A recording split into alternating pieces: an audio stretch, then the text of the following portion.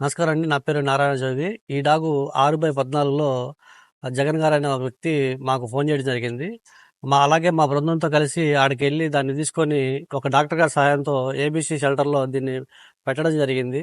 ఈ డా ఈ ఈ డాగుల్ని మరీ జనాలు అమానుషంగా హింసించడం, దాన్ని ఇప్పుడు మాకు దొరికిన డాగ్‌ని ఒక తాడు కట్టుకొని తీసుకొచ్చి రోడ్డు పక్కన పడేశారు. దానికి వెజానా దగ్గర కూడా అటు తాడుకట్టు లాక్కురాబట్టి దానికి వెజానా దగ్గర కూడా దెబ్బలున్నాయి.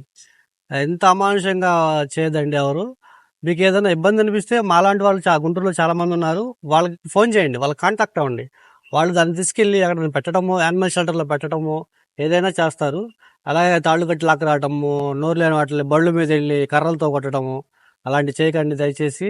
ఏదైనా మీకు ఇబ్బంది వస్తే మాలాంటి వాళ్ళకి ఫోన్ చేయండి, లేదంటే గవర్నమెంట్ మున్సిపాలిటీ వాళ్ళు ఉన్నారు, వాళ్ళు చేస్తారు. లేదంటే మాలాంటి స్వచ్ఛంద సంస్థలు ఉన్నాయి, గుంటూరులో ఒక 5-6 చేసేవాళ్ళు ఉన్నారు. ఖచ్చితంగా ఇది వాళ్ళ దృష్టిలో పెట్టండి. వాళ్ళు దీన్ని ఈ సమస్యని ఖచ్చితంగా రెక్టిఫై చేస్తారు. అంతేగాని మీరు దాన్ని కొట్టడం, మళ్ళీ మీ మీద కేసులు పెట్టించుకోవడం ఇవన్నీ బాగోదు.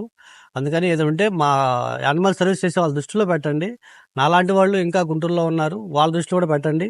ఖచ్చితంగా వాళ్ళు చేస్తారు. ఒక అరగంట గంట లేట్ అవ్వచ్చు, ఖచ్చితంగా చేస్తారు. యానిమల్స్ని, జంతువుల్ని హింసించడం, కర్రలతో కొట్టడం, చిన్నపిల్లలు కొడతా ఉంటే తల్లిదండ్రులు కూడా చూస్తూ ఉంటారు. చూసి నవ్వుతూ ఉంటారు.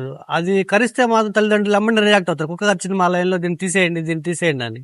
మన పిల్లలకి మనం ఒక బిస్కెట్ ఇచ్చి పెట్టించండి వాళ్ళకి.